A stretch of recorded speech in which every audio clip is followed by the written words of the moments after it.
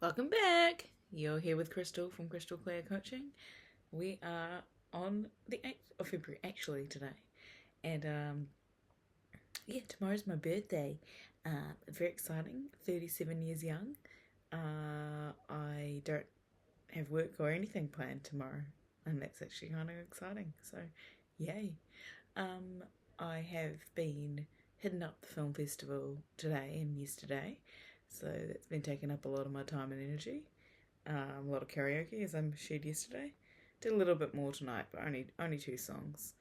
My energy wasn't quite there, and also like my amazing karaoke friends from last night didn't find them, or the ones that I did find were going to like a fancy movie premiere or whatever. So like that's cool for them. That's wonderful. But yeah, anyway, I wanted to speak more about, refining your message, because I'm really looking at how I can refine my message. Today I went to a couple of content creator seminars at the festival, and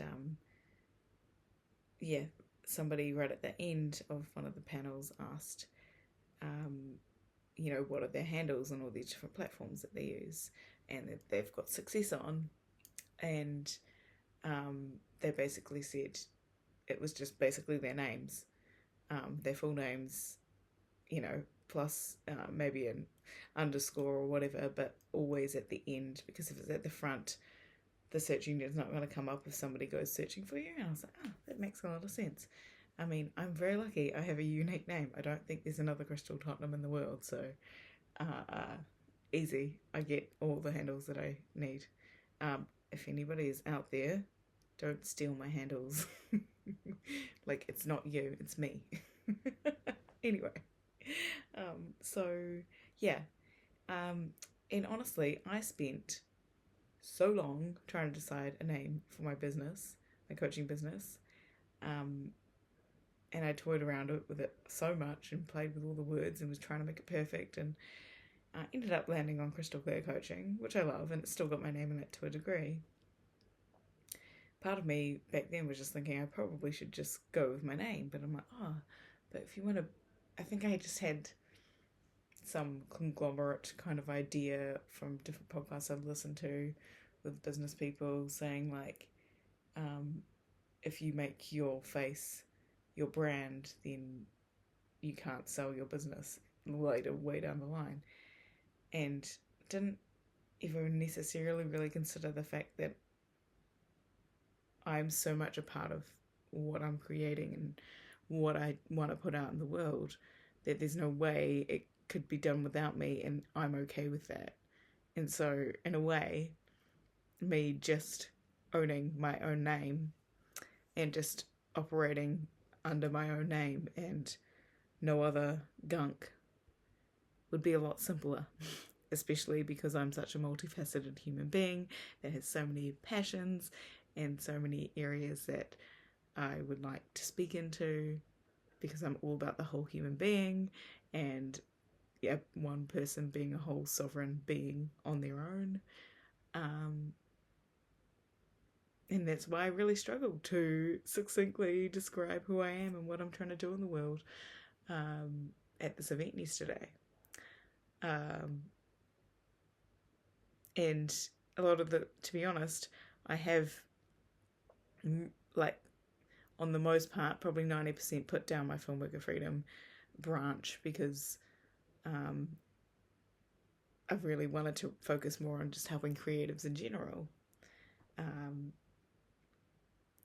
unstick themselves from whatever is in their way to what they want to create, the art and the life they want to create for themselves. And it was just being way too niche with film workers, and it doesn't mean I can't occasionally still speak directly to that niche. And actually that has me thinking, actually, we had one of the panels of the creators today talks about how he's got multiple different channels, and there's some that he calls super niche, where he will like go and review restaurants at small towns, or like in a small area, like or a small part of a state, for instance. And he's got like this weird cult following for that, but often it's because it's searchable. Like people are visiting that area, for instance, and they search to find things to do in the area, and his things pop up, for instance. And I just found it fascinating that. So, yes, you can have, yes, you focus your main business under your name and your face, if you're a face forward account. But doesn't mean you can't have, other factions that aren't necessarily their own business. And that is how I viewed Filmworker Freedom. I viewed it as just like a thread of crystal clear coaching.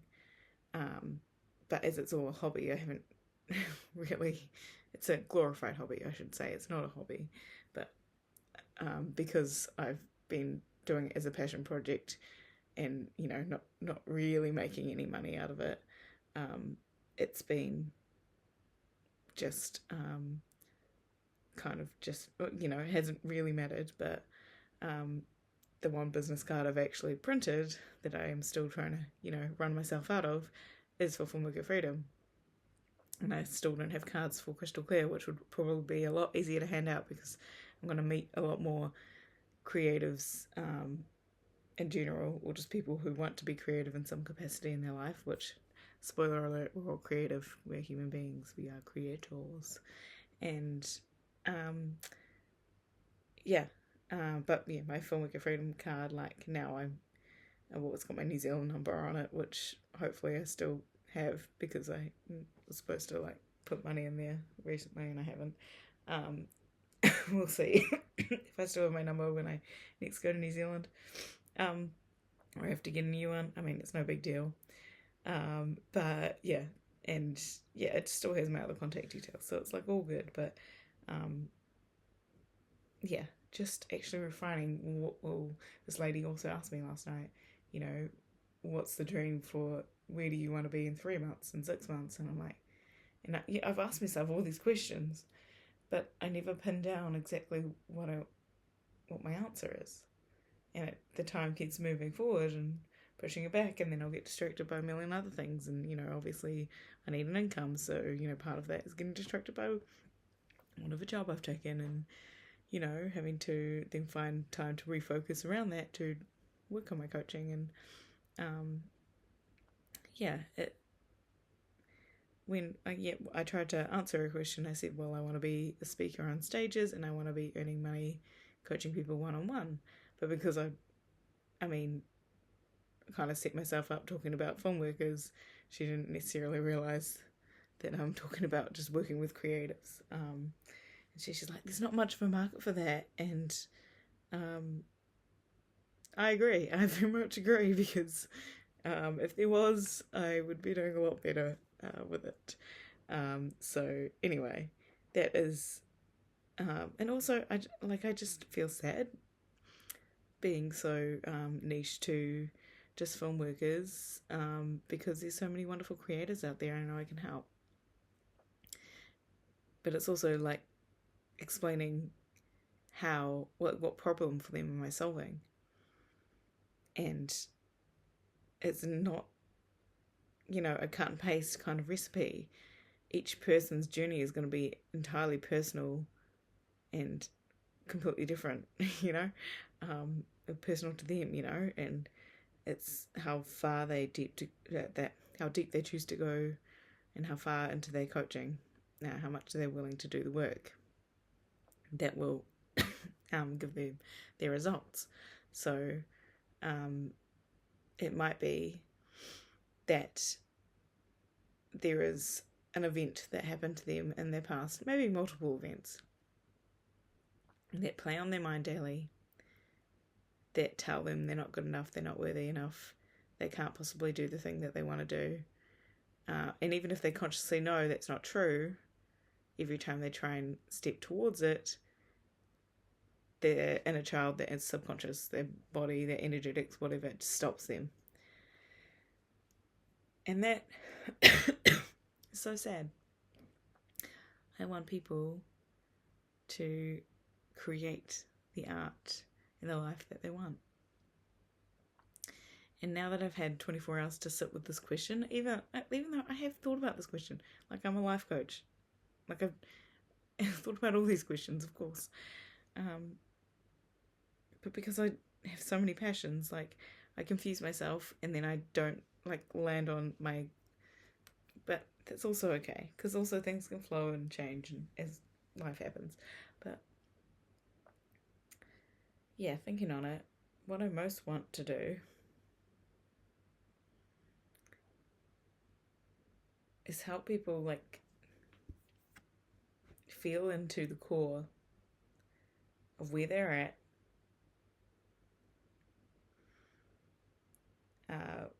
what's holding them back, like energetically, with their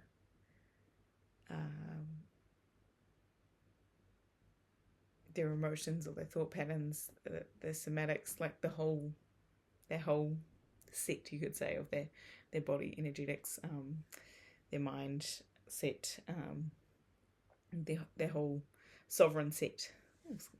Little sovereign set, yeah, there we go, like that works. And what's standing in the way from them truly trusting themselves to take steps forward to what they want to create in the world. But yeah, like what did they decide that they may not even realize they decided, that it's just having them sabotage something that they would really love to have in their life. I mean, a great example of this, and I think why my curiosity is so super piqued at like what's at people's core and what's going on with them, is actually just like reading fiction. And look, I'm going to be honest, I'm talking about romance. Romantic books.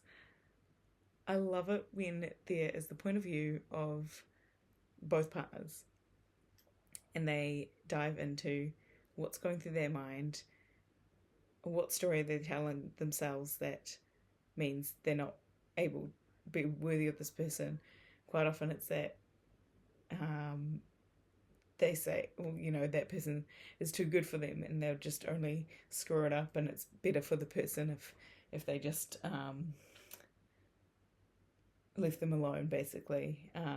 You know, that even though this person they're very much connecting and they could have a beautiful relationship if they actually chose to pursue it and work on it.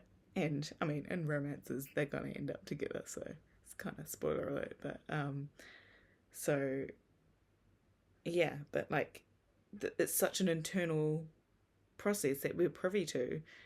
Reading fiction. I'm a listener these days. I don't mind sitting down reading once in a while. In fact, I'd like to. It's just I'm a traveller and it's just not practical to be buying a ton of books. Though I could go to the library, to be fair. But also I just usually listen when I'm travelling to and from work. So yeah. But yeah, I love being privy to the inner workings of why someone thinks they're not good enough for something, or thinks something's not possible for them. But also I love how in romances the other person sees the best in that person, and sees like they want their dreams for them as much as the person wants, if not sometimes even more, the person who is actually has the dreams, you know. And not always, but like it's just, shouldn't we want that from any of our partners in life? Someone that's going to stand for our dreams just as much as we are. Like obviously my stance is they should be their own self-sovereign person. We each should be our own self-sovereign person first and foremost, but the first person that we are putting time and energy towards should be our partner. And then, when and if you have kids, obviously there's seasons where they might need to come first. And that's okay. Even like, as much as it's a nice idea to put yourself first when you have young kids, I know that that's not reality for a lot of parents. You just need to get through and make sure the kids are sorted, and but also I hope anyone that is a parent is also still finding time to make sure that they know that they're taking a stance for themselves to fill themselves up, because it is no easy job from what I hear. But yeah, I love hearing that, like, that's a true partner, a life partner that is supporting you in your goals and your dreams. And there's always a misunderstanding that, like, if they only knew the internal thought process of the other one, they would understand. But this person hasn't bothered to explain it to this person. It's just, like, so sad. They need to just, like, have these kids sorted out, And that's what I love about coaching, is I get to sit with people and their deepest stuff. The good and the bad, what's there holding them back. And, like, obviously I don't love to sit in the dark stuff, but I love to see it get released. I love to see them realize that they don't need to hold on to it anymore.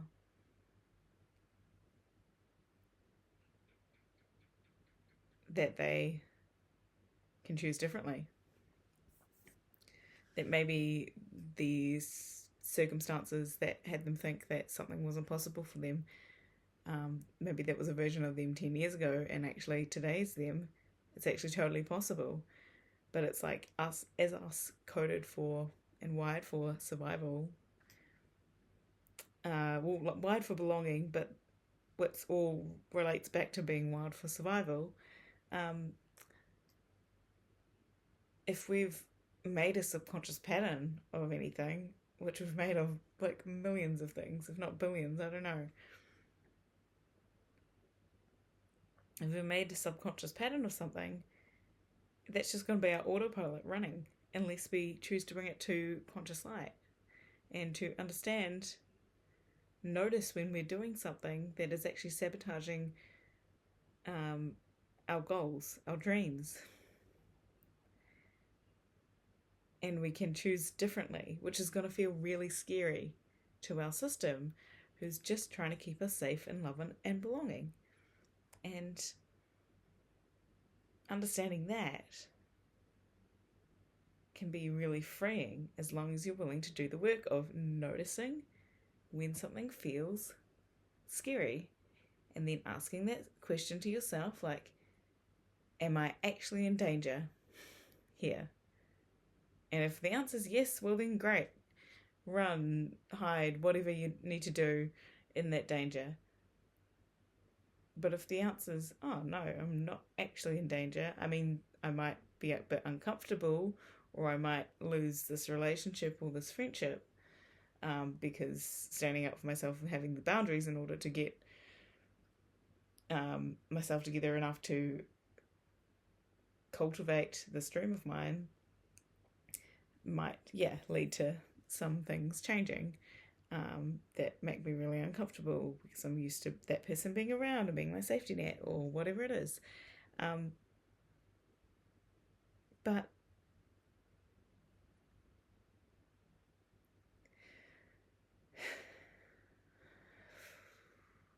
just, you breathe, you exhale longer than you inhale.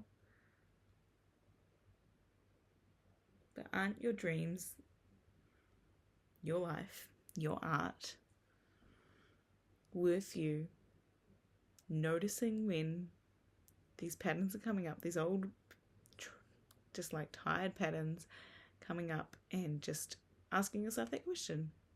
with curiosity. Again, we love some curiosity around here. What could I do differently that might feel a little scary? And then the more times you take action in the way that felt unsurvivable to your tired old system, the more you'll prove to yourself in your tired old system that, oh, we did this and we didn't die. Oh, we did this again, we didn't die. We did it again, it didn't die, we didn't die. And then the more you do that, the more that'll just become a new program for you. One that empowers you to actually cultivate what you want out of your life and your art. And I think we should all want that. For ourselves, yes, but also for everyone around us that is choosing to come from a good place, because I just feel like with the news the past couple of weeks, there's obviously some people out there that don't choose that. I generally have chosen not to see that because I always want to believe in the best and highest of people, but some people have really chosen a very dark path that hurts other people, and I'm not okay with that. So I only mean this for anyone that is choosing to use their creations for good, for, you know, the beauty of humanity, for lifting up people, for, I mean, even if it's something that's really like a song that was really emotional and dark and deep, if it helps somebody release something, like things, think like a song like Rage Against the Machine, Killing in the Name of, like, I don't want to be singing that song every day, but oh man, once in a while, chuck that on, loud volume, sing along. Especially when you're having an angry moment, just rage it out. You feel so much better after that. And ideally you're not doing it with anyone else around. Well, that's not going to join in. But you just, or you try not to scare your neighbours or whatever. But I mean, to be honest, everyone loves that song. I mean, if you don't, well, maybe you're not into, you know, the angsty vibes, but that's also okay.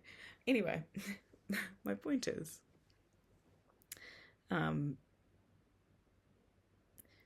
it's okay to use like hard moments, sad moments for art, but never okay to hurt others intentionally. I mean, ideally don't hurt others in general, but sometimes you don't know what you don't know about how something's hitting someone, and sometimes that's actually on them because that's just their frame of mind, or sometimes it's not on either of you and it's just how something hit. But if you know that something has hurt someone and you have a way to rectify that, like, that's a good thing to do. If it feels like aligned and necessary, you can discern for yourself, whatever the situation. But yeah, I am just talking about this because I want human art in the world. I want creative ideas that are going to help shift the chaos of what's going on in the world in recent times. But I just want deeply at people's cores, I want them to feel seen, loved. I want them to feel like they can trust themselves deeply, and that they don't need anyone else necessarily to feel seen and loved. They can see and love themselves. But also, at the same time, on that spectrum, I want to make sure that they are finding space to stay open to connection, to be seen and loved, without needing to feel externally externally validated, if that makes sense. Like this is it, internally validating themselves, first and foremost. Because, yeah, coming from that place, you'll be magnetic. You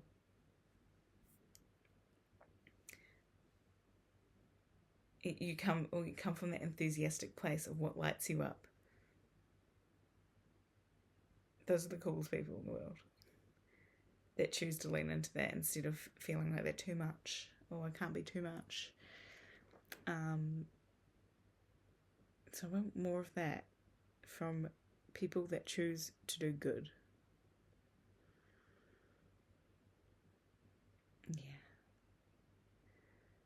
And what that looks like for me in my next 3 months, 6 months, that's what I was supposed to come back to, is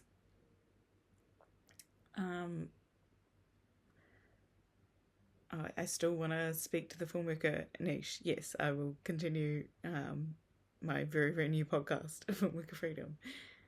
But my main mission is to help people create the life and the art they want in this world.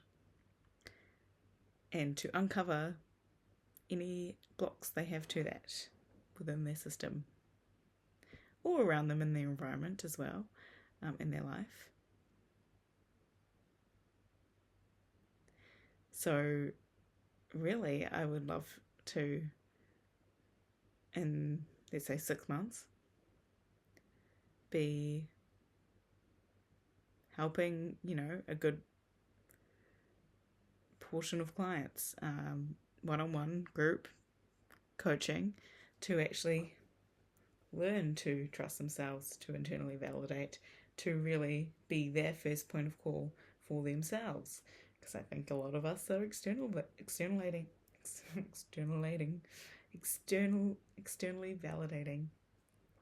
things, and then we wonder why we're not happy, because it's not come from us.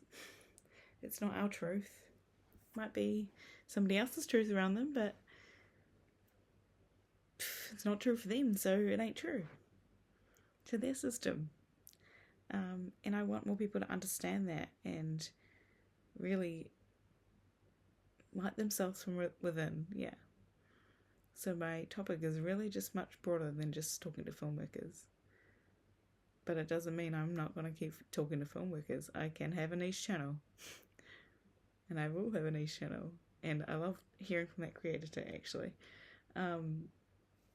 Very flamboyant, hilarious comedian. Aussie gay man. Lives up in Brisbane. His name's Christian Howell. You may have seen him on Facebook or elsewhere.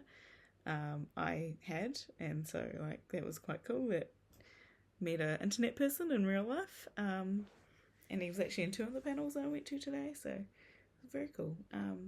And yeah, it was a great perspective, because, and also they talked about cracking the algorithm was one of the seminar names, and basically the both creators said, honestly, other than watch time, I don't really look at that. I don't try and think about how to crack the algorithm, because it's just so unpredictable, and then it changes so often that you just drive yourself insane trying to crack the algorithm. And I was like, I love that answer, because for creators, anyone putting themselves out there, often you're doing it alone, and they can get very lonely. Your mental health, if you're driving yourself all the time, you just always feel like you need to create, that can't be good for your mental health.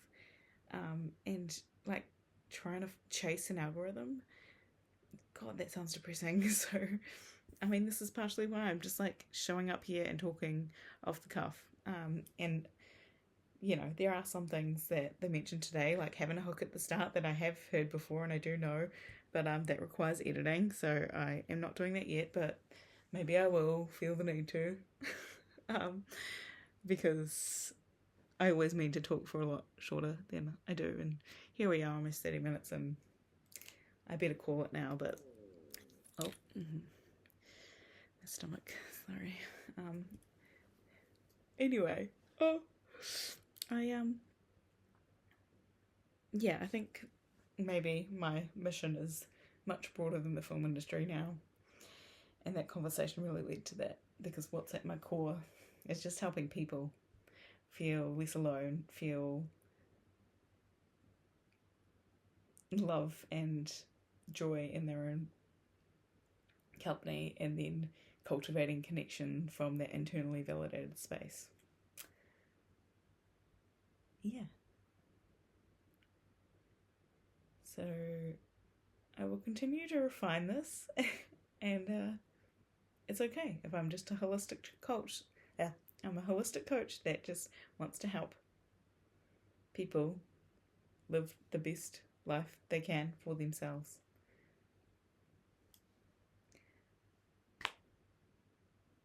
What can I say? Anyway, I'll see you tomorrow. It'll be my birthday tomorrow. Very exciting. Alright, bye bye.